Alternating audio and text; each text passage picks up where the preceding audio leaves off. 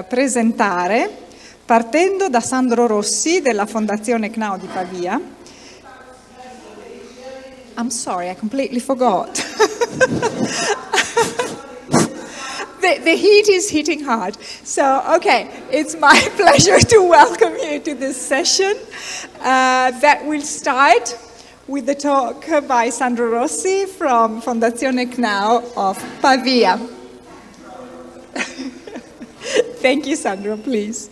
Thank you very much, and thanks to Angela and SIF for the kind invitation. I'm very pleased to be here, and I'm going to, for sure, discuss of a global challenge that is the treatment of cancer. This is really a big problem, and with hadron therapy we are going to look at this problem from a peculiar perspective, I would say, that is the face front of the technology. I will outline, I have this objective, so to show you the use of hadrons. In clinical practice we use protons and carbon ions that represent a translation from basic physics to society and patients. And I will present in particular the new technologies, the new challenges in order to reduce cost, to spread hadron therapy and improve efficiency and outcome. My presentation will be divided in 4 areas. I will deal with technologies applied to hadron therapy to let you know which are the latest status of this technology. I will then present clinical results and future developments. Then I will go to optimization of patient treatments and some highlights on the next future, and I will close with a few concluding remarks. So, first of all, let me introduce the environment. The environment of the treatment of cancer relies very much on this kind of machines. These are linear accelerator in the head of the gantry that are rotating around the patient, and they deliver X-rays for half of the patients that are affected by cancer in the world. You know that the statistics claims that 1 person out of 3 undergoes an event of cancer during the life, and 50% of these patients are treated with radiotherapy, alone or in combination with surgery and chemotherapy. But really radiotherapy is a very powerful weapon. There are 15,000 machines distributed in the world in 160 countries. They are not heavily distributed, mainly 11,000 in the high-income countries, and of course there is a gap between these countries and the rest. There are almost 8,000 centers that are practicing radiotherapy in the world. Now, radiotherapy with X-rays is performed through this curve. This is, let's say, a basic information on how radiation interact with matter, and you see that X-rays has this kind of shape, maximum just under the skin and then exponential decrease. And of course, to manage to irradiate the tumor, you need many beams from many directions in order to pile up the effect on the tumor volume, but at the price of having a larger amount of dose distributed on a larger volumes. Still below the threshold, that's important.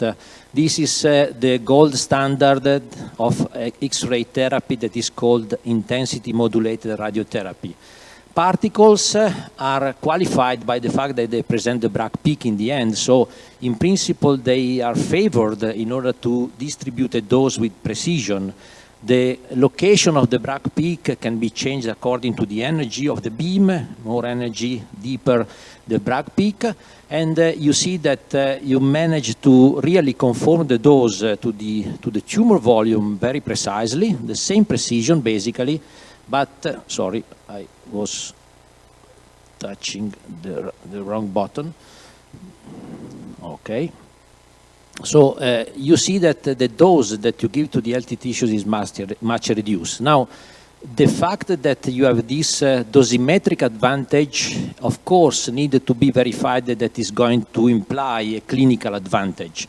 And this is not always the case, or is not definitely the case. It needs, of course, a clinical trial, but for sure is an advantage to save dosage to tissues that don't need that dose to any extent.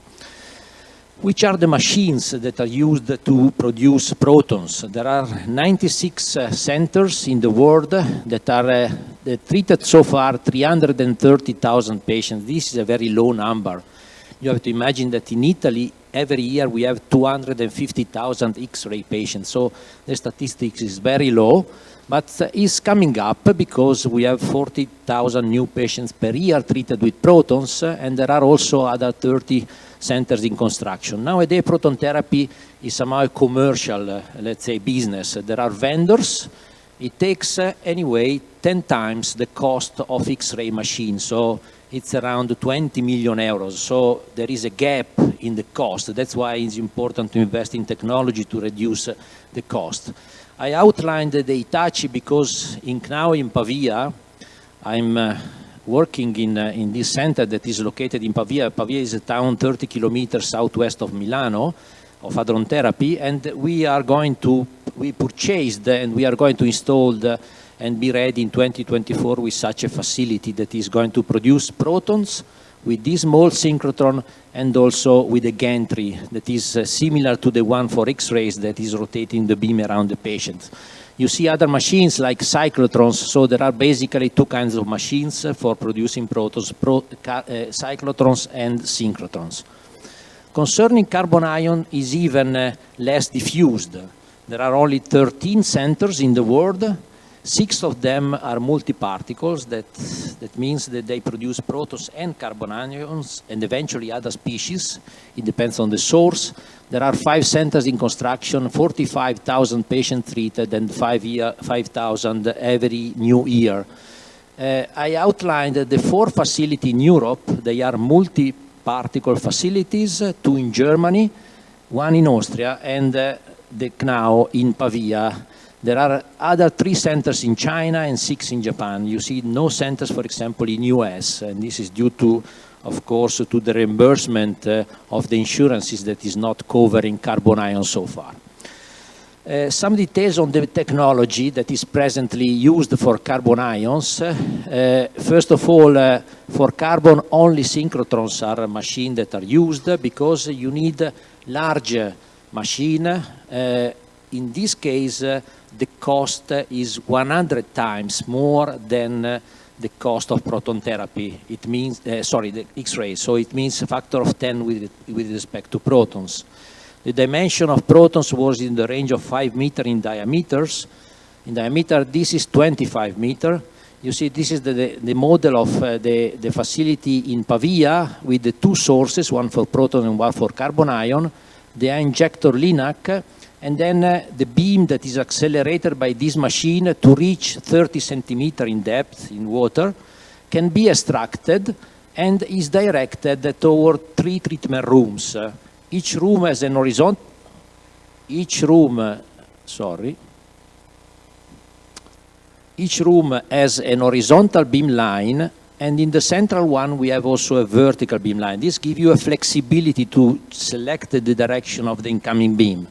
Recently, in collaboration with INFN, we also opened a 4th room fully devoted to research, because of course carbon ions is a matter also of research. Particles are a matter of research. These are some of the parameters. I'm not going to go in too much in the detail, just to mention the fact that this machine that was designed at the beginning at CERN, and then it was becoming reality also with collaboration of INFN and many universities, this machine, I was saying, has been designed to deliver the dose. Basically, you have to think that the beam is used to paint the volume of the tumor. You divide the tumor in slices according to the depth, and you change the energy to reach that depth, and then you move the beam that is charged with magnets upstream the patients to paint the slice. and slice by slice, in 2 to 3 minutes every time, you fill the tumor with dose. This is a nice picture of the machine in Pavia, 80 meters in circumference. You see the main components. I'm not going to go through the technology, but basically this is the technology that you find in the research centers. And instead of making the X physics of the high energy physics, I'm coming from that field, by the way, you do here application to patients. It doesn't mean that this machine is simpler, because this machine needs a high reliability of beam delivery. The machine in Pavia is close to 98% in reliability. It means that if we plan to have 50 patients per day, we need to deliver the dose to those 50 patients, otherwise we are in trouble with the patients. And the 98 means that out of more than 10,000 sessions per year, only 2% are delayed to the next day for technical reasons. So really, the machine needs to work very reliably. In the back, you see the upper and beginning part of the vertical beam line that brings the beam inside the treatment room. The technology is not only limited to the machine, to the accelerator, but is a technology that is very much used in also other parts of the facility. This is, for example, the internal part of the treatment room with the bed in which the patient is aligned. Normally, these are 6 degrees of freedom couches, robotic or pantographic couches. You have imaging system in order to monitor exactly where the tumor is located. And this is done for positioning, but also to verify online the patient positioning during the treatment. You have very precise beams of the order of millimeter.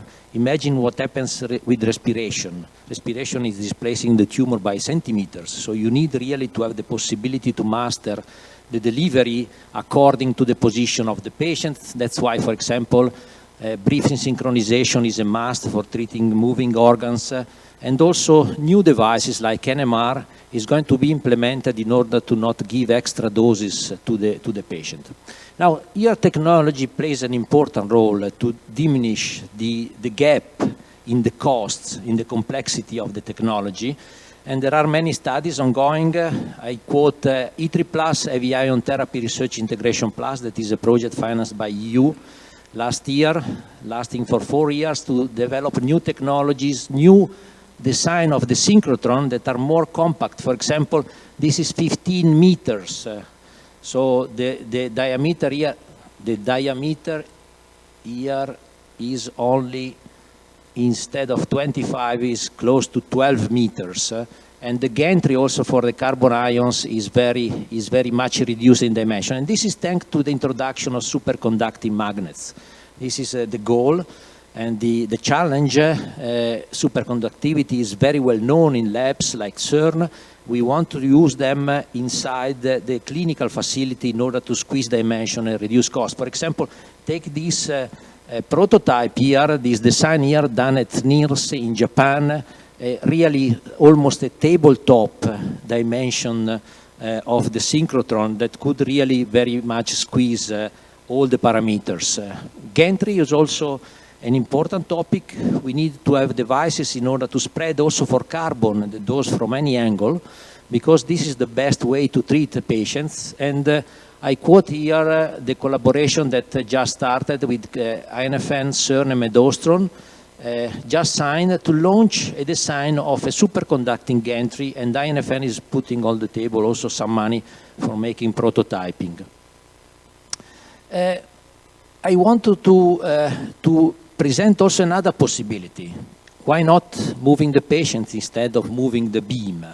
This is, of course, not a new idea, but moving the patients imply, of course, the fact that the organs are moving during the movement of the patient. And so we need also, for this upright position, the beam you have to imagine that is coming horizontally. So in this upright position, to be sure that the tumor is located correctly, you need also a vertical CT, not an horizontal one. Otherwise, you are lost. You are not really looking at the place in which you are delivering the dose. So This is interesting. There are no so far clinical data on that, but there are many centers and also some commercial companies that propose this kind of solution. Let's go now to the clinical results and future developments. First of all, I introduce the statistics at Gìugno. We operate within the national health system since 2014, and we treated so far 4,000 patients. We have a number of 600 patients per year. Every patient comes multiple times with carbon ions 16 times, 16 days, with protons 30 days. So in the end, we make up those 10,000 sessions that I was quoting before for these 600 patients.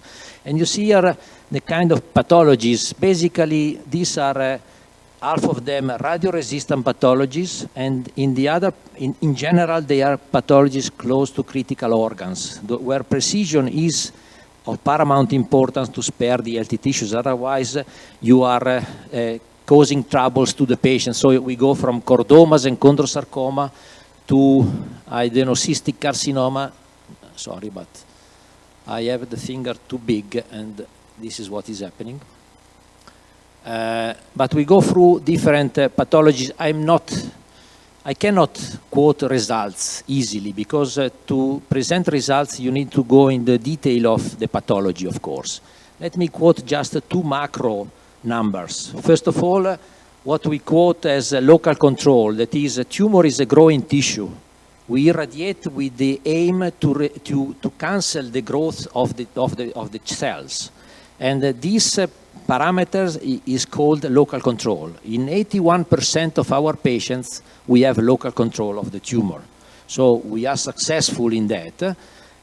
Also take into account that 1/4 of our patients are retreatment, patients that have been treated already with radiotherapy, so they are even more delicate than normal patients. And the second parameter that I want to outline is toxicity, that is the capacity to avoid the critical organs and to create damages to the patient. So we quote early toxicity during the treatment and late toxicity months after the treatment. And you see that the parameter, the gravity of the parameter, the higher number means higher gravity.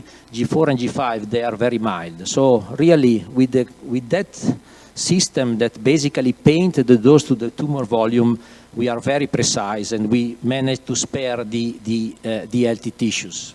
Some elective indications, pediatrics for sure.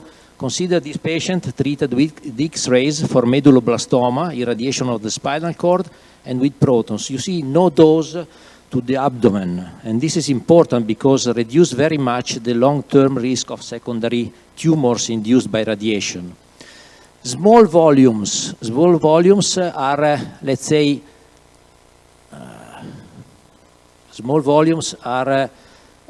somehow elective for this kind of applications, because you are very precise with a beam that is a pencil beam, full width of maximum of 1 centimeter roughly, and then we can treat really small lesions like eye melanoma, very small in the eyeball, with very good results. Local control 95%, eye preservation 90%, aqueous visual function 45%. The alternative here often is enucleation of the eye. And I also want to quote the first patients treated at Catana in National Laboratories of South in FINFN, where they have treated with these similar results, 350 patients. Also big volumes.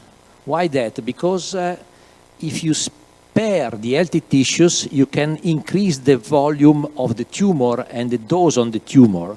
And this allows to treat big volumes. These are liters,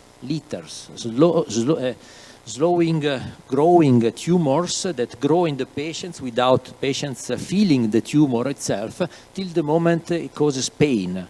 And these volumes treated with carbon ions, after 1 year, you see they reduce in dimension. So you have a local control and the continuous diminishing of the volume of the tumor. So these good results brought the Ministry of Health to approve categories of pathologies that are reimbursed and authorized by the system, and these are the 10 pathologies here in black. And also is under consideration another category, the 11th, in which we could treat and be reimbursed for those tumors in which we demonstrate in silico that there is an advantage, a quantitative, measurable advantage in sparing the healthy tissues or in improving the capability of controlling the tumor volume. All in all, from the registry of tumors in Italy, we quote 5,000 patients per year that should be addressed to proton therapy if existing, and 1,000 patients to carbon ion. So that's why CNAO has been approved, and in principle in Italy there should be a one single room like the one that I showed at the beginning every 10 million inhabitants to cover the full needs of the Italian population.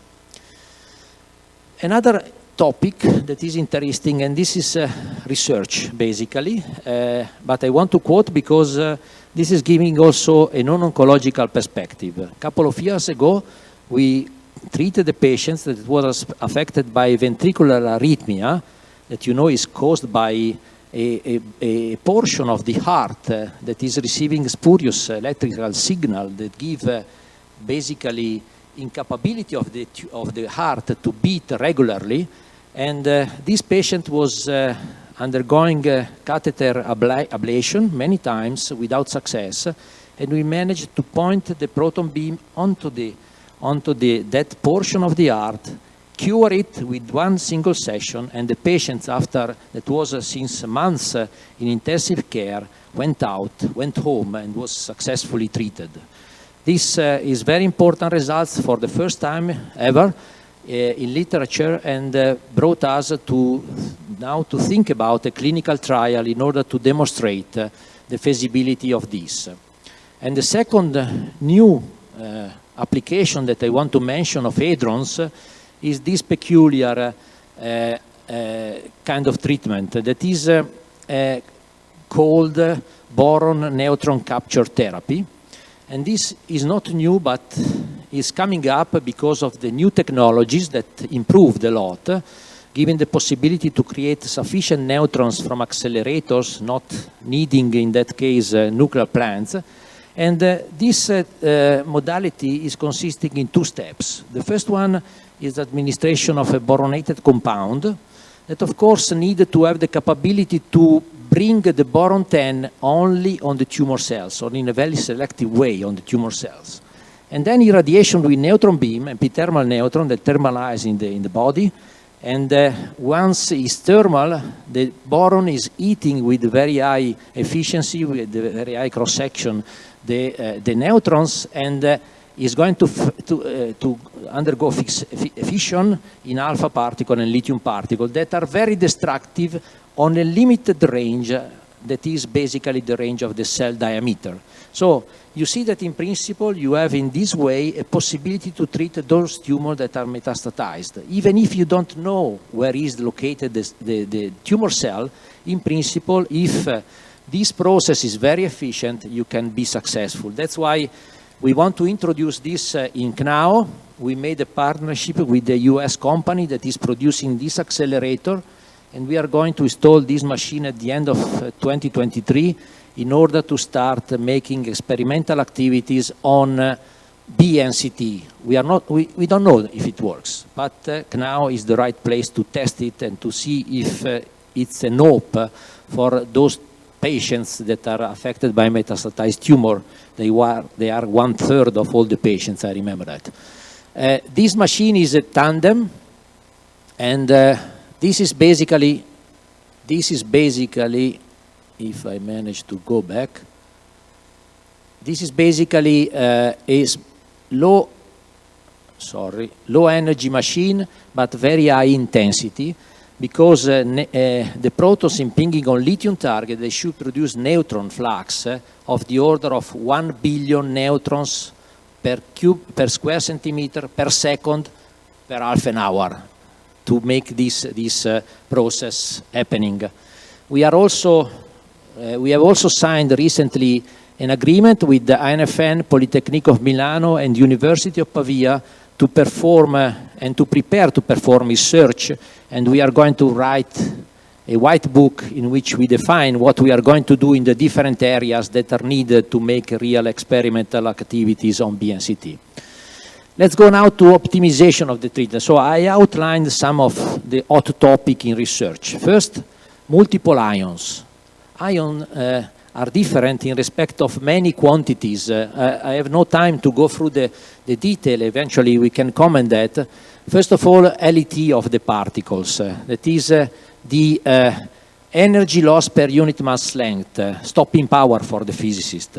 The quantity of energy that is released per unit mass length, per unit length, is important because the density makes the difference. X-rays and protons are low LET particles, carbon ions and other species are high LET particles, and being high LET, they are more efficient in terms of radiobiological efficacy, that is the capability to treat radio-resistant tumors. There is also another parameter very important that is dealing with the oxygen concentration. That is the fact that particles, in particular X-rays, are less effective where there is lack of oxygen because they need oxygen to drive their damage.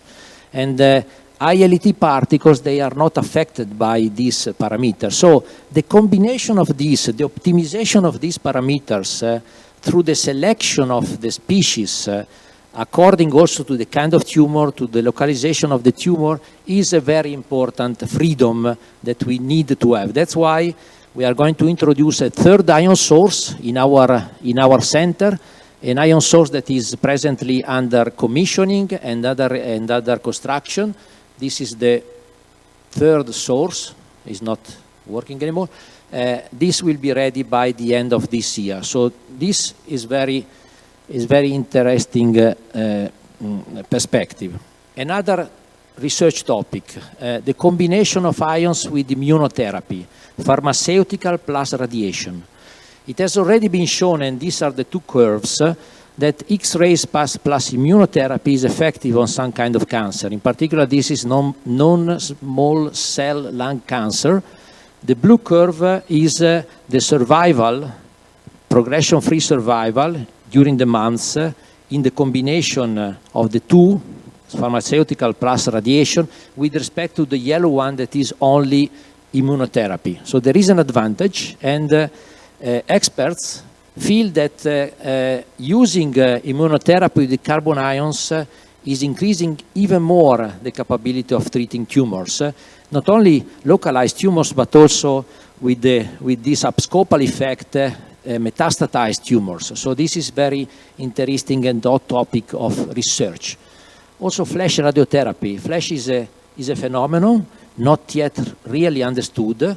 That appears when you deliver the dose with very high, ultra high dose rate, bigger than 40 grays per second, or dosage of the order of grays in less than 100 milliseconds. What's happening is the fact that you don't change the capability to deliver the dose on the tumor, but due to this ultra high dose, in the entry channel, the healthy tissues, basically, they don't react to radiation.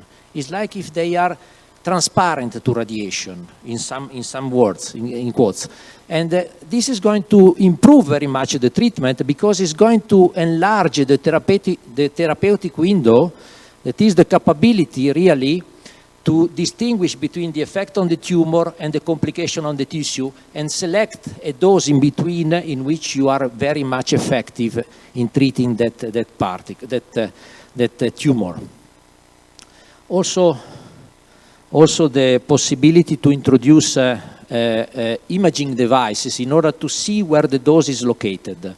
This is important because you are precise, you want to see where the tumor is with precision, but you need also to understand if you deliver the dose correctly.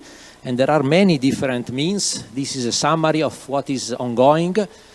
PET reconstruction, for example, in the upper right part, you see two images, the measurements, the data simulation, and the comparison demonstrate that you are dosing exactly where you expected to do. these are data taken from on patients at Gìugno, and we are also developing other devices, like, for example, not only reconstruction of the 2 gamma of the beta plus annihilation, but also gamma prompt, secondaries, and also ionoacoustic is an interesting device that can be useful. And I want to conclude, and all these parts are activities going on with the omics. We have many images. The images are needed to build the treatment planning, and from the imagings you can really get indicators, you can get features, you can get biomarkers in order to anticipate the efficacy of a treatment. And if you really reconstruct with the modeling and you connect the images at the beginning with the result of the treatment, you can extract information for really individual treatment of the new patient that comes.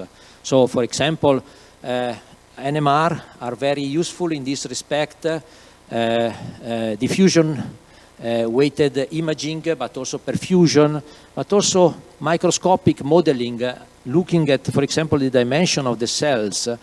This can really give you an hint and a prevision on what's the outcome expected for the new patient, and drive also the steer, basically the decision of the clinicians to select the best way to treat that particular patient. I'm coming to the end. I want to make a few concluding remarks, very few. First, I want to stress the importance of this project. This project has been financed by the EU last year. It's called ITRI+. There are 22 institutions from 14 countries, and there are all the 4 centers, multiple particle centers in Europe, plus GSI, that is giving beam time for research, for basic research on radiobiology, not clinics. The purpose of this project is to open these centers to the community. So really, we want to really open not only to researchers, but also to clinicians, to really let them know what is anon therapy, which are the features, which are the projects, which are the possibility there to improve our capability to treat these tumors, and in general to spread this kind of knowledge. And then I wanted to close thanking and also outlining that what I presented is based on the work of the real crucial asset of Gìugno, that are the people that are working in Gìugno. There are 140 persons, more women than men. That's why we are successful, I would say. And a lot of graduates, but let me stress the fact that to really use such a facility, you need a lot of disciplines working together, 12, and a lot of positions that are dealing with the different activities. So that's not a trivial issue, the formation of the personnel to use and master these kind of facilities, not only carbo but also proton. And then I want also to thank and rely very much and quote the fact that of course people inside, but many links, collaborations is needed in order really to be effective in these very advanced fields, and so I quote here the most important at the national and international level with which we are collaborating since the beginning, the construction, but nowadays for the new expansion and also for research. And with this, thanking them, but then thanking also you for the attention. Thanks a lot.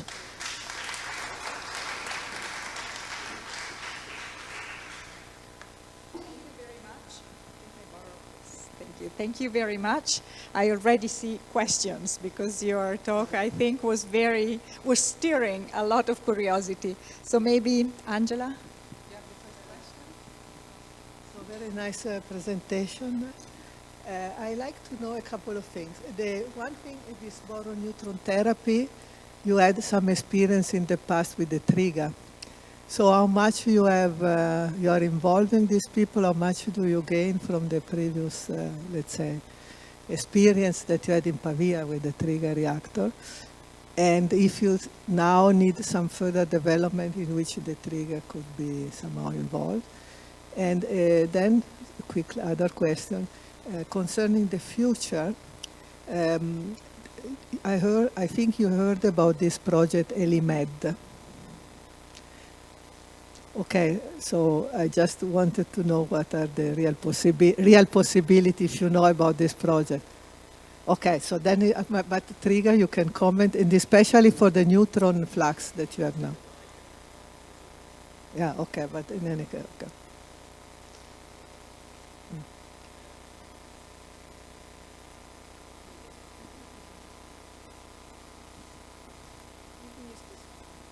Okay, so concerning Pavia, thanks Angela, because the question is appropriate and give me the possibility to comment more on that. I didn't have the time to do that before. For sure, Pavia has a long tradition of BNCT. I mean, BNCT is out there since the 70s, I would say, with experience mainly in Japan.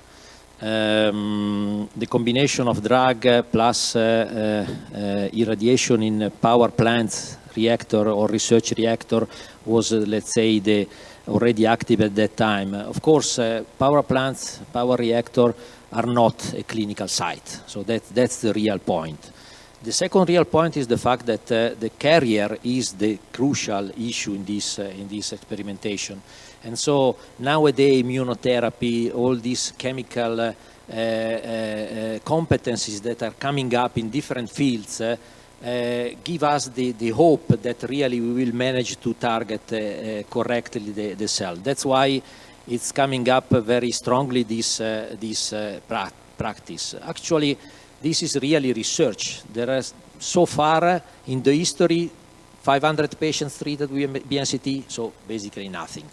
In Pavia, there were 2 patients treated in the early 2000, at the beginning of this century.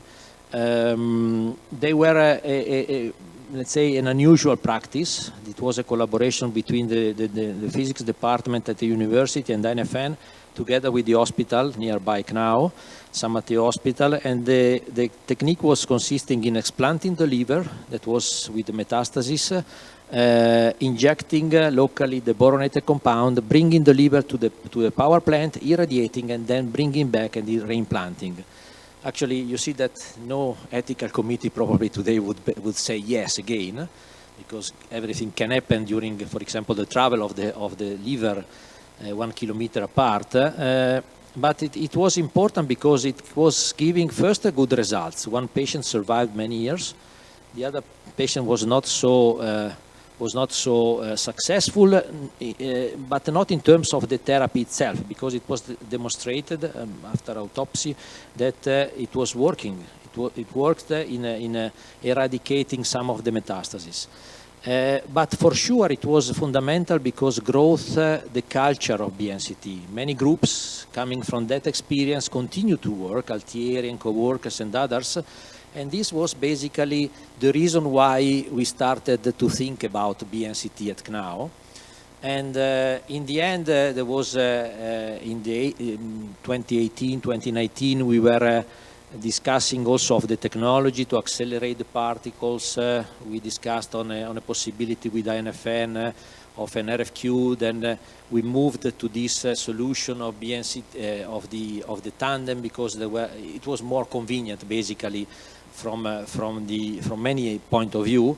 But all the expertise that is going from dosimetry, radiobiology, treatment planning, carrier development, all this capability to design shieldings and so on. So all these activities that were already present in Pavia will be reused here. And of course, we are spreading also, let's say, the collaboration. So really, one of the goals of Gìugno is always to be open to collaborations. And that's why we want to write also this white book, because we want to define how to proceed toward the clinical, toward preclinical to clinical trial, and then CE marking of this infrastructure. But we want to use it also to spread and to be open to partners and to groups that would like to contribute and to participate. Thank you very much. I think we have time for quick questions. There was Luisa first, then I'm coming. Yes, thank you. Thank you very much for this talk. The flash therapy, you tried with protons, correct? I want to know if you tried with other particles so far, namely ions, or with other, I don't know, with photons. We have not tried yet. We are studying that. I know that people have tried with X-rays and electrons. There has been a trial, not on patients, not on patients. There has been a trial on animals at Heidelberg with carbon ions and also with proton therapy, with protons. So really, the way to go to the patient is still long. Still long, also because so far they have mastered only very small volumes. The capability to measure this ultra-high dose with sufficient precision is an issue. So there are many technical challenges. I would say that also in principle, the machines like the one that I showed for carbon ions, they have not been conceived for flash. Because flash, you need a lot of particles in a small time. These kind of machines, they don't need high currents.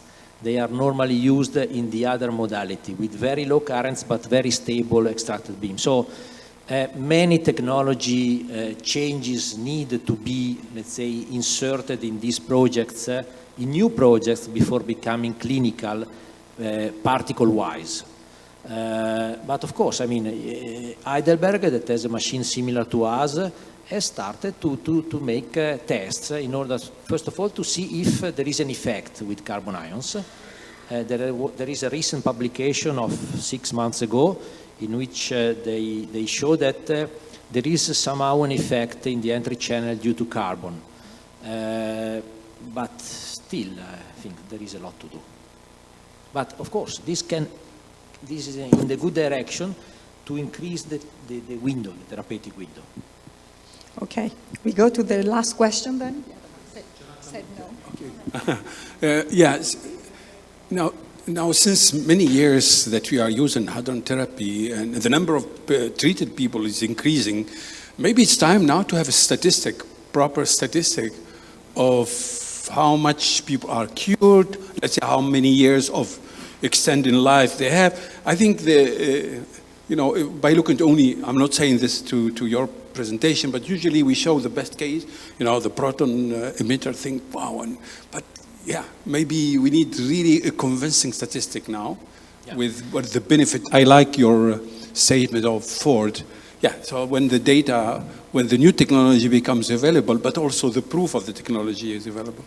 And the other question is, Italy, is the medical aid are covering the fully reimbursed. Excellent. No, I mean, your question is not trivial, in the sense that first, the results are existing.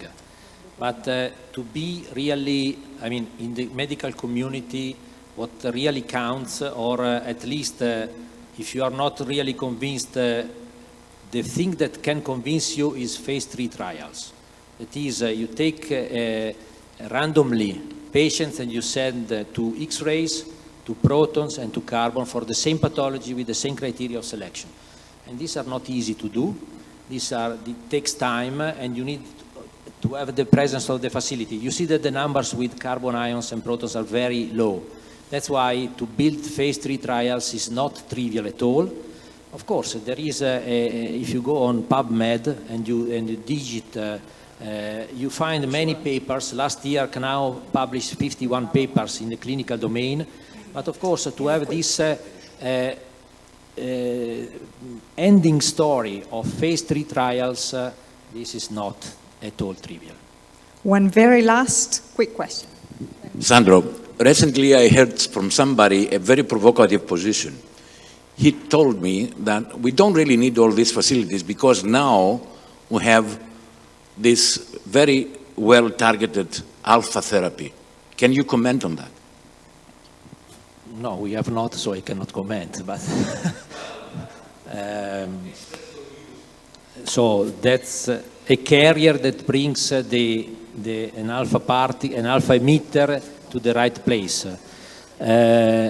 I cannot comment because I have not really consciousness of the clinical results of this application. Of course, I would be happy if it works really, but okay, I mean, I'm not the right person to ask this question.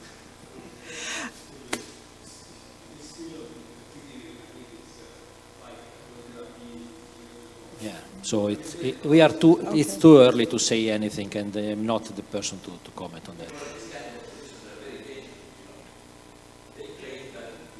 Yeah. I really suggest we continue this discussion later over dinner time because we move on to the next speaker. We have another speaker waiting for us online. Thank you very much, Sandro, for a very interesting talk.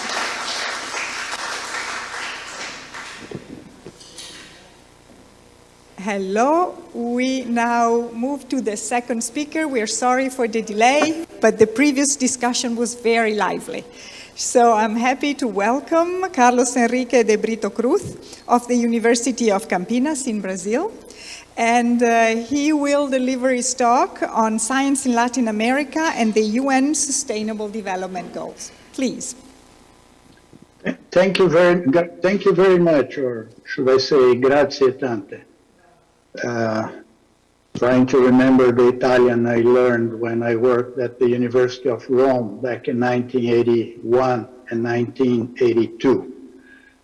Thank you for the opportunity, and what I planned to present here is a view of science and research in Latin America, connecting it to sustainability through the Sustainable Development Goals that the UN has defined since 2015.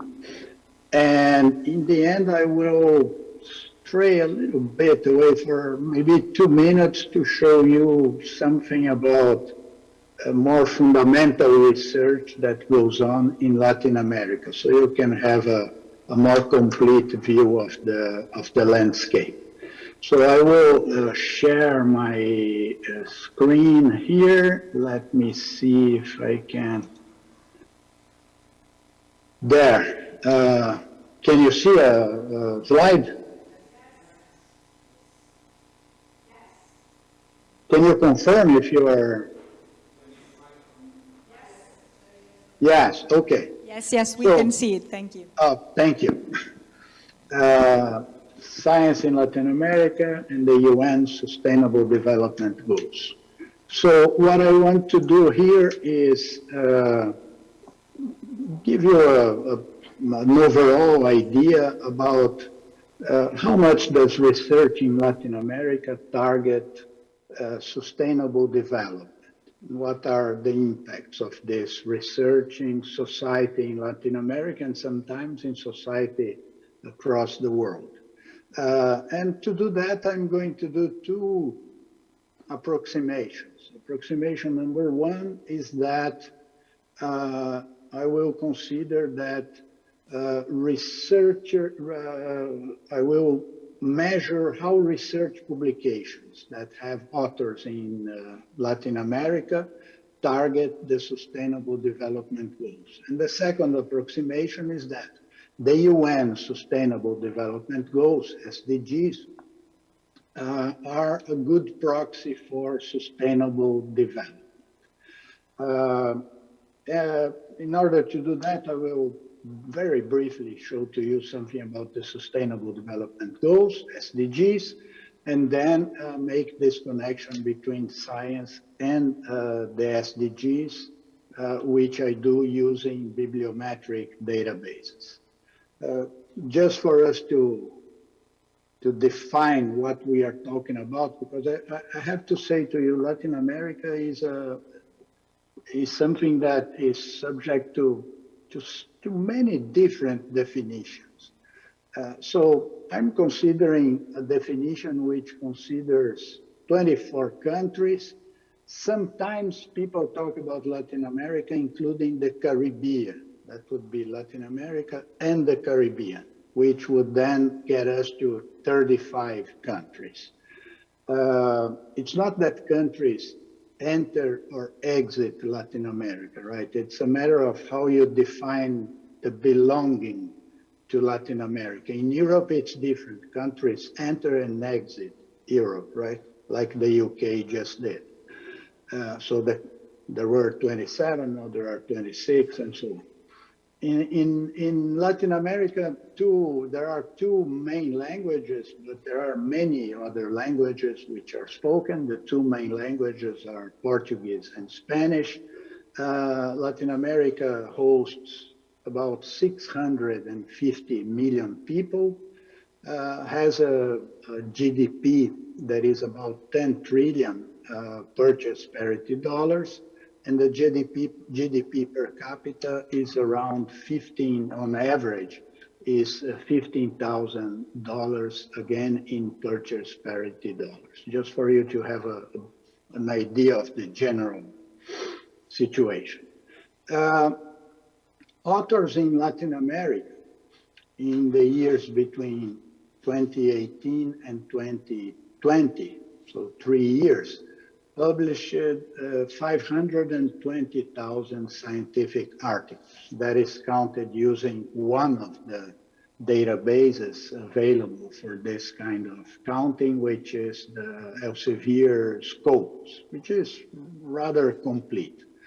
So 500,000 publications, which amount to 5% of the world total in 2020. It was 0.8% of the world total in 1980. Then it climbed to 2.6% in 2000, and then 20 years later, 5.2%. So I show this change to bring you the idea that it's a region where things are changing in time. Most of the time, things tend to change in a good direction. Most of the time, not always.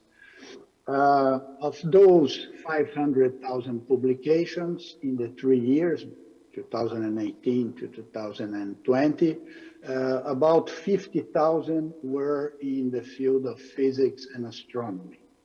Again, there was a growth which was from 1.3% of the world total to 4.3% in 2020. But you will notice here that back in 1980, physics was more relevant for the research publications of Latin America as a whole than it is now. Because in 1980, it was a higher percentage of the world total as compared to all publications, which is here. And then today we have 5.2%, and in physics, 4.3%. So there is a rearranging among the various scientific fields. And it's possible to analyze and demonstrate that publications that relate to the Sustainable Development Goals are between 30 and 60%. On average for Latin America, it would be around 50%. It will depend on each country if you are more towards 30% or more towards 60%. In the total of publications, you will see in the figure on the left that the number of scientific publications with authors in Latin America would be 1, 2, 3, 4, 5, 6 in the world, right below Germany and right in front of Japan, if you consider the years again to 2018 to 2020. If you look in all fields again, you will see that there is a distribution, of course, among the countries. Brazil tends to dominate, even though back in 2008, Brazil had a slightly larger share, which was like maybe 53%. Now it's down to 52%. Then there is Mexico, Chile, Argentina has been losing percentage in time. Colombia has grown in an interesting way. in this period of 10 years, since 2008 to 2018. Colombia has been doing commendable efforts to organize its science and technology system in terms of funding, institutional governance, the quality of their universities, and so on. And then there is Ecuador, also with sizable growth, Peru, Cuba has lost quantity of percentage, even though they have gained a little bit in terms of the quantity of publications. Uruguay and Venezuela, which has been losing both in percentage as in quantity of publications due to the challenging situation that the country is going through.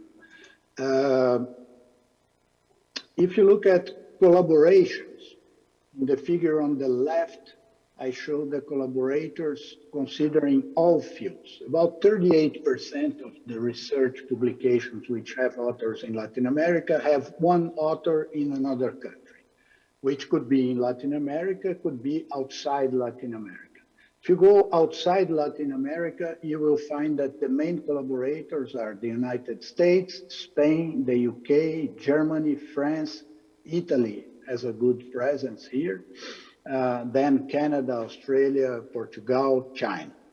Now, if you look at the case for physics and astronomy, then there are small changes there. For example, Germany takes the place that was of the which belonged to the United Kingdom when you look at the all fields. Italy remains more or less where it was, and China goes ahead a little bit here.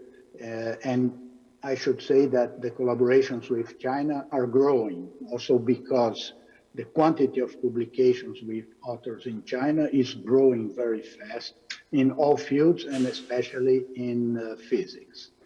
Now, if we go to the Sustainable Development Goals, I will just show in this figure that the United Nations did a long effort, was many years, discussing and debating in order to find a way to classify objectives related to sustainability. Objectives for the countries, not only objectives for the research in the countries, objectives for the countries to achieve. So they ended up with this list of 16 targets related to reducing poverty, reducing hunger, keeping good health, education, gender equality, clean access to clean water, affordable and clean energy, decent work, industry, innovation and infrastructure, reduced inequality, sustainable cities, responsible consumption, climate action, which relates to actions that countries take to reduce their emissions, life below water, life on land, and peace, justice, and strong institutions. That was the conclusion of the United Nations, and all countries subscribed to that. That was back in 2015, that those were 16 dimensions to sustainability in the world. Those 16 dimensions can be reduced to 5 interlinked dimensions, one related to people, other one to the planet, other one to prosperity, then peace, then partnership. They like to have the 5 P's there: people, planet, prosperity, peace, and partnership. In the next minutes, I'm going to show you this effort about mining SDG-related information in bibliometric databases. So the question here is, would it be possible to measure in some way the effort that countries or institutions devote to learning more about the Sustainable Development Goals without having to ask everybody, right? Without doing a survey. So one could, for example, look at the themes covered by grants awarded by funders, but there is no international database of research grants as yet. You could look at publications. You could try to map the sustainable development goals to research fields. The thing is that you would need to have a wide coverage, credible, homogeneous database that you could use. And such databases exist in the form of bibliometric databases, like the Web of Science or Scopus or Dimension. Several companies offer this kind of database. And what my colleagues did at Elsevier was to build searches that would categorize publications according to the SDGs, using artificial intelligence and machine learning, and finding the connections and the semantic rules, and applied that to this database, which is called Scopus. Scopus is a bibliometric database that has 84 million items, covers more than 25,000 journals, thousands, hundreds of thousands of books, has affiliation profiles for 80,000 institutions, and 17 million authors are profiled in the database. So it's rather big, the coverage of the database in terms of research in the world and in time, because it has a coverage that extends back to 1900. So it's really something that allows one to have a kind of, sometimes a microscope, sometimes a telescope, sometimes a time machine to understand how science has evolved in the world for the last 100 and so years, in terms of looking at what was published in scientific journals, in a collection of scientific journals. And we have worked for a number of years, starting in 2015, when the Sustainable Development Goals were launched, improving the search and the machine reading and the quality of the data, the recall and the precision of the data that we have, so that today we can apply that to the database and, for example, have this type of radiography for each one of the SDGs in the horizontal axis, how many publications we had between 1996 and 1999, how many between 2006, 2009, and how many between 2016, 2019, showing a growth. SDG number 3, which is the one that has the larger number of publications here, relates to health. Every or almost all countries in the world have sizable efforts towards health research. So it's well-funded, or I shouldn't say well, but strongly funded, because people will always have an argument, a good argument about you should fund more research in health, but it's a strongly funded field, and it shows the larger number of results. For example, and the other point that I wanted to highlight here is SDG number 7, which is the Sustainable Development Goals, which relates to clean energy, to affordable and clean energy, where you see a very strong growth in the number of publications, demonstrating to us that countries across the world have stepped up their efforts in finding ways to have access to clean energy and to understand how to improve their energy efficiency.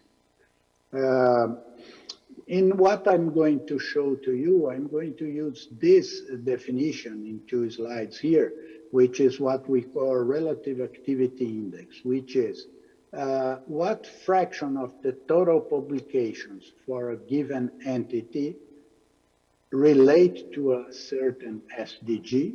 So, for example, health. You will find that some countries, 25% of their publications are in health.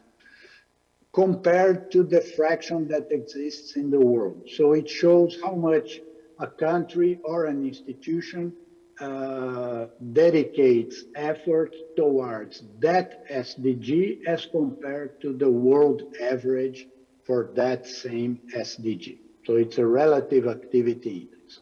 So for example, if I go to Latin America, you will see this spiked line there, the red and the blue line. The blue line is the more recent one, 2016 to 2019, while the red line is 20 years before, 1996 till 1999. And the dotted black line shows the world average, which is here shown as with the value 1. So we see that, for example, in Latin America, reducing hunger receives an emphasis in terms of effort of research, which is well above the world average for that. So it's at a value of 3, so it's 3 times above the world average. In health, not so much. It's close to 1, so the effort in Latin America is similar to the effort, to the average effort in the world. Quality education used to be below the world average, and now it is 50% above the world average. Clean water also receives sizable interest. Affordable and clean energy, close to the world average. And I would highlight those 2 points here, studying life below water and life on land, which are topics of the Sustainable Development Goals, where most countries in Latin America and most institutions have a sizable effort to study, for example, fishing or cattle or biodiversity, that all will fall into life on land or life below water. So this kind of study allows one to not only understand a little bit more about how countries define their strategies, but allows institutions, research funders, sometimes countries or regions, to plan for the future, because they can identify topics in which they are lacking and they should emphasize for the future. If you look at a country-wise way, here we would have on the left the map for Brazil, in the right the map for Mexico, which are the 2 countries with the largest number of publications in Latin America. You see curves which look like the one I have just shown, because those are the biggest countries. So they reflect a lot on the data for the total in the region. With strength in zero hunger, in clean water, and life on land and life below water. And the same goes for Mexico. You might be curious about what's the situation for Italy. And I show here in this figure how Italy changed from 2011 to 2018, which is not so much, but the curve became a little bit broader. Italy fares below the world average in research related to reducing poverty. It fares above the world average in reducing hunger and in good health, close to the world average in affordable and clean energy, strongly above the world average in research related to sustainable cities and communities, and somewhat above the world average in life below water. So again, that's an illustration of the power of this system of analyzing the research efforts of a region or of a country in terms of the Sustainable Development Goals. You will see, for example, going back to Latin America, that Colombia has a large footprint here, except for health, where they are close to the world average. In all the other SDGs, they demonstrate that they have a strategy that values the SDGs in terms of the research that they do and that they publish. And also, I should say, for affordable and clean energy, they are close to the average. In all the other SDGs, they are well above the world average. And Chile also has many points above the world average, especially in life below water. Chile dedicates a lot of their effort towards fisheries and understanding fisheries. They make good money out of this. And they also have a sizable effort that I wanted to mention related to quality education. Now, one thing that we have always to bear in mind here is that doing research in a field and obtaining results doesn't mean the countries will use that research. Sometimes they use, sometimes they don't. It depends on the relations between science and policy and how the government pays attention or does not pay attention to research and how other elements or other factors might condition the creation of policy. One special mention here, research related to clean energy, in which, if you look at the South American countries, the main topics that they deal with relate mostly to biofuels. You will see biofuels, biomass, ethanol. You will see some other topics related to solar energy conversion, here again solar, and then topics related to energy conservation, again here solar energy. But the thing that I wanted to bring here is Latin America values and emphasizes those topics, and that is something that changes according to the country. If you go to the United States, for example, or if you go to most developed countries, you will see a lot of things related to electricity here. Batteries, lithium, electrodes, energy storage, right? And in the case of the United States, you have biofuels there at some point. But my point here is that achieving clean energy is something that might not have a universal solution. Might be something that has different solutions in different places according to special conditions that you might have in each one of the regions. If you go, for example, to Brazil, Brazil uses a lot of its research effort towards biofuels, biomass, ethanol.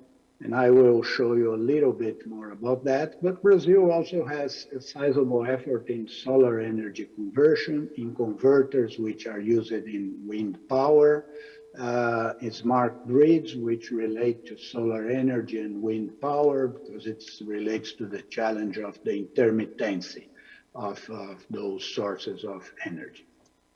And talking about that, I want to go into one of the cases, the one example that I wanted to show to you, which is the case of Brazil, which is a country of more than 200 million people where more than 40% of all the energy used in the country comes from renewable sources.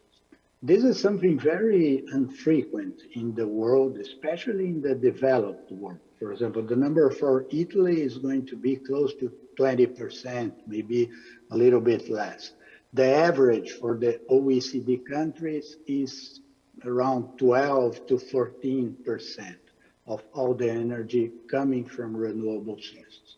And you will see that out of those 40%, the largest portion of renewable energy that Brazil produces is energy related to one plant, which is sugarcane.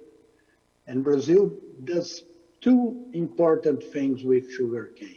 The country produces fuel for automobiles, and the country produces electricity that goes back into the grid.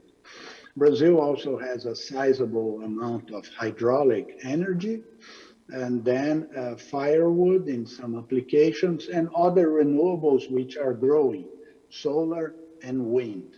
It's now up to 6%. But the point here is 40% of the energy, or 41%, comes from renewable energy, and out of that, 16% of the total energy in the country comes from sugarcane products. And that, of course, relates to the fact that in Brazil, the number of publications, the vertical axis here shows the number of publications related to bioenergy is larger than in any other country, India, China, the United States, and others which are below. So Brazil dedicates a sizable effort to understand this plant and to improve the plant, improve the conditions in which you use the plant. So that if this figure shows a comparison of percentage of renewables in the total primary energy supply for several countries, you will see here that above 40%, you will have only 1, 2, 3, 4 countries in the which belong to the OECD, which are Norway, Sweden, New Zealand, and Iceland. And those 4, if you add their population, it's like maybe 1/5 of the population of Brazil, and Brazil here. So I'm saying that to highlight that this is a relevant achievement of Brazil, of which Brazilians don't talk too much about, but I don't know why. But it is a relevant achievement, especially today, if you talk about cleaning your energy matrix. The thing that I wanted also to add here is that Brazil started to do that back in the 1970s, not because Brazil wanted to have clean energy. It was because Brazil wanted to have energy.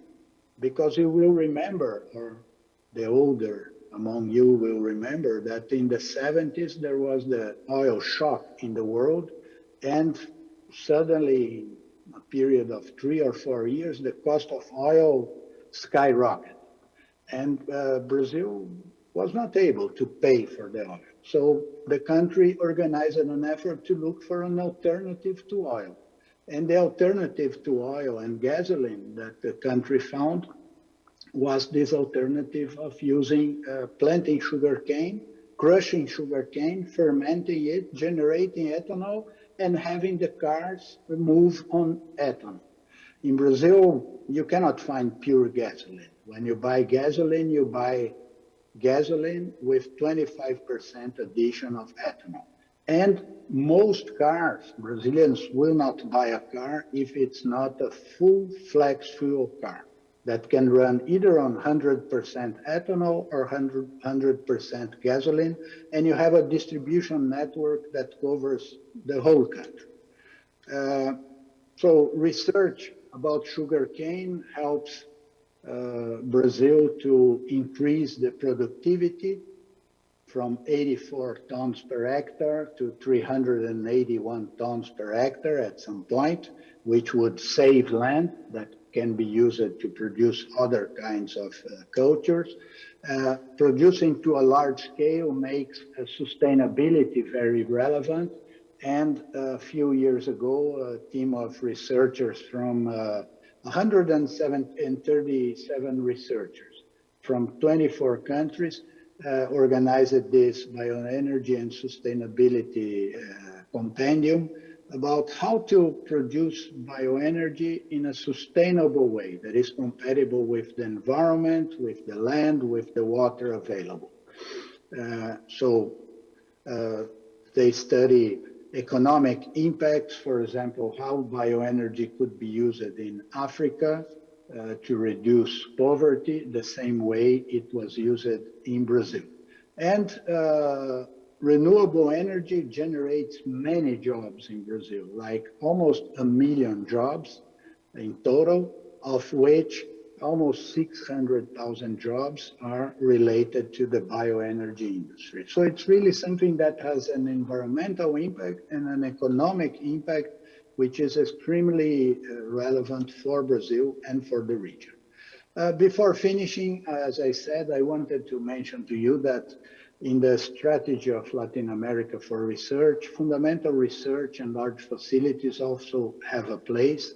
And I want to mention to you that Chile is a region where so many of the relevant observatories used for astrophysics research are located. From the European Union has there some of their telescopes.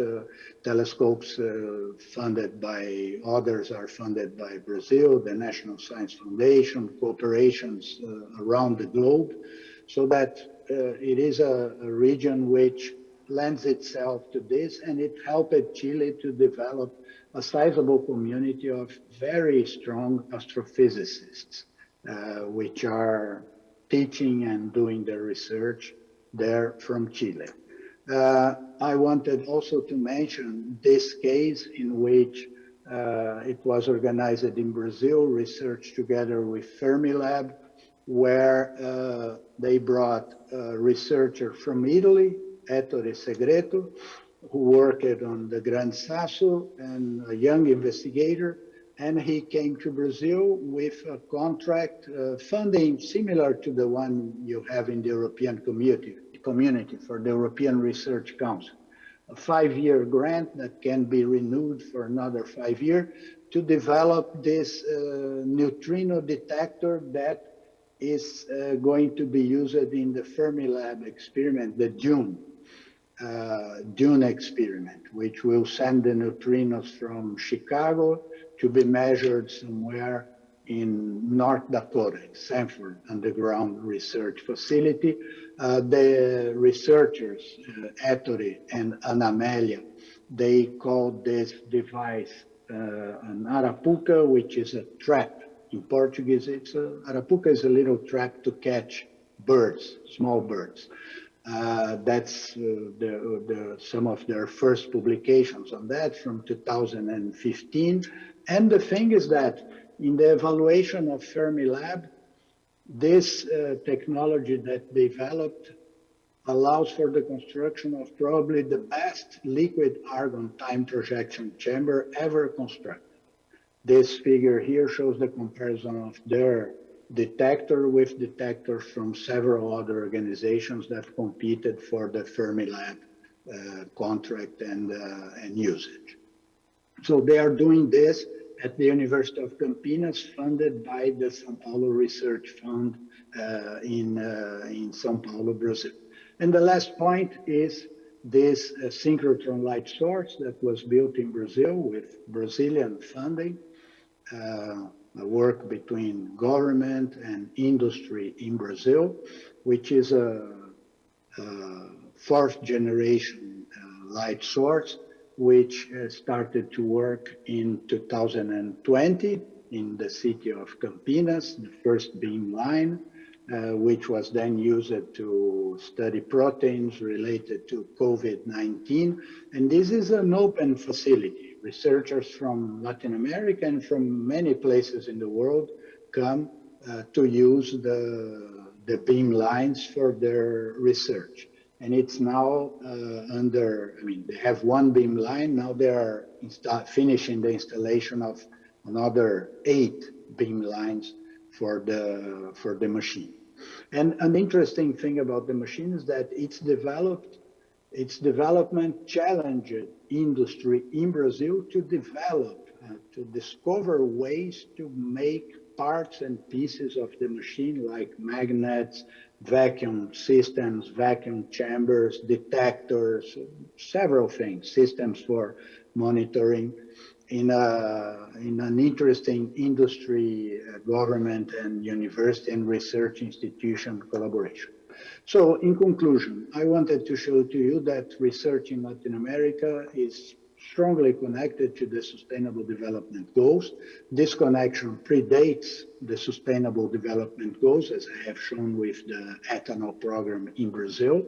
The UN SDGs are an interesting way and convenient way to classify sustainability-related research.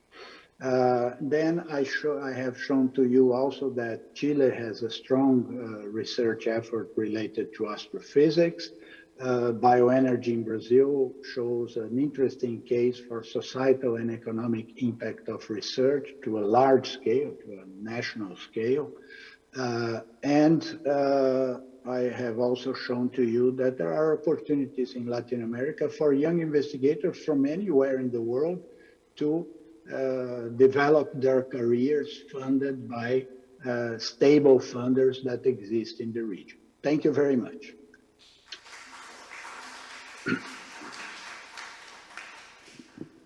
Thank you very much for your very interesting presentation of the connection between research and SDGs.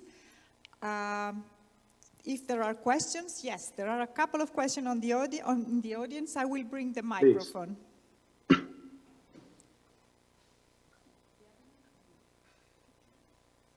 Yeah, thanks for the very, very interesting presentation. I personally discovered many things in your talk. A provocative question, not only for you, I think it's for all of us. If I look to the list of goals, UN goals of sustainable development, honestly, I find that basic science is not responding to any of those, unless we are saying that basic science, in order to be done, develop or encourage or facilitate some of these questions, but directly is not, because basic science is by definition answering a question, not necessarily finding solution for this or that. So I'm just curious what you think about it, and the others, what they think about it, yeah. Sorry for the provocative question. Thank you very much. Should I answer now or? Yes, yes, please. Yeah.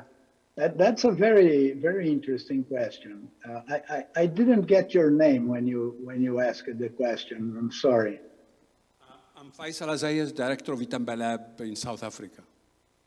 Thank you very much. So, part of my answer here would relate to the fact that basic science enables many things, even when the researcher or the researchers who did the basic research didn't think about the things. And so I don't think it's a good exercise to look for a direct connection between basic research and anything applied like the Sustainable Development Goals. I have a kind of a belief that this connection will be found if the basic research is done according to high standards of science. And also, I have also to add that we have this discussion in Brazil in a strong way. And one thing that we have been finding is that many times you can have basic research, well, not really basic, but fundamental research, which is a little bit different from basic research. Fundamental research, which is what we would call use-inspired, in situations in which, for example, you present to the research community a challenge, how to solve some problem. And then you offer funding. I directed a research funder for 15 years in Brazil. You offer funding and you tell them, basic research fits here, as long as you can show us that there is a tiny connection between the basic research that you are doing and the objective that you want to reach. And then many surprising and interesting things appear in terms of basic or fundamental research that is of that type that I'm saying, use-inspired basic research, which is a way to bring basic research closer to applications. But in conclusion, I have to say that this doesn't mean that, at least in my view, that all basic research has to be connected to a use-inspired situation. Funders in all countries must make their decisions about what fraction of their money they want to spend with research for which they won't ask questions about what is the application of that. It has to be excellent and has to respond to a question that that community finds relevant. So those would be my 3 dimensions of trying to answer to your question. Thank you. We have another question. Hi, Brito. This is John Bagger. Hi, John. How are you? Good to see you. Thank you for that very nice talk. I do have a question. So you showed that Brazil has such a fantastic fraction of renewable energy, mostly because of sugarcane. Can you tell me what the carbon impact of turning sugarcane, well, that whole process turns out to be? Thank you. Thank you very much for the question, John. The carbon impact of using sugar cane is, well, it depends on what technology you use to produce that. With the basic technology, by basic here, I mean the simpler one, you are going to have emissions that will be between 8 to 12 times less than the emissions from gasoline for the same distance traveled. So you have a substantial gain compared to gasoline. Now, if you add new technologies which are coming now using what they call, well, the science of this is not too new, but the technology is hard to do, which is the cellulosic ethanol, then you might even make it negative in terms of carbon emissions. You might save carbon by producing sugarcane, which is a lot different from doing it from corn, as it's done in the United States. Corn is not the best plant in the, well, it's a good plant, but it's not the best plant in the world. Brazil is lucky enough to have enough sun to be able to grow sugarcane, which is a plant that converts sun to energy in an efficient way. Thank you. Are there other questions? One last question. Harisopoulos from the IAEA. It's not a question, it's actually a comment regarding the SDGs you mentioned before. I don't think that one has to take that in the respect that from the view that basic research is not referred to SDGs, therefore there is no basic research there. That's not true. I can give you only one example of colleagues that are working with radioisotopes in the field of isotope hydrology. There is a lot of basic research done in this field, and in that respect, the SDGs is actually a kind of guidance where you can use your basic ideas to work on.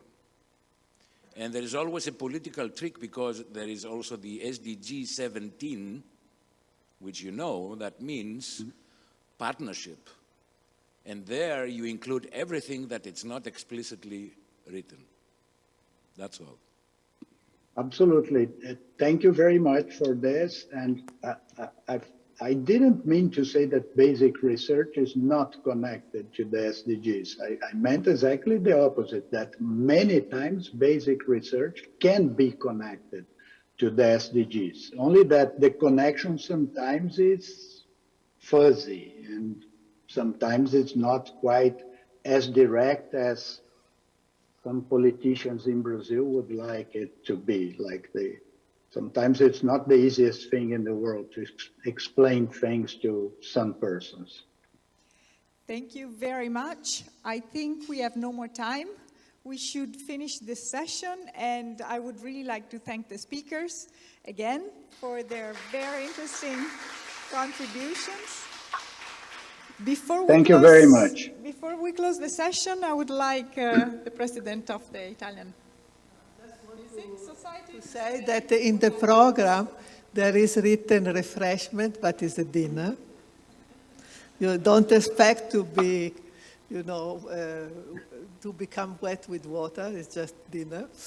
It's not a refreshment. And then there will be a very beautiful surprise prepared by Luisa Cifarelli. So please try to, now we go there and stay there until the dark light, the dark comes. Okay, so thank you very much, everybody, for the day. Will be a dinner. Sorry? Will be a dinner just outside here. Yeah. Dinner just down there. It's not it's written refreshment, but it's a dinner. Don't. We start now, yeah, or maybe 10, 15 more minutes. It's not so urgent. The important message that is not a refreshment, okay? Otherwise, they think that they will get wet. And otherwise, people leave thinking they have to organize. You get maybe wet with some water. Told me before the snacks. But that's, I'll put it back.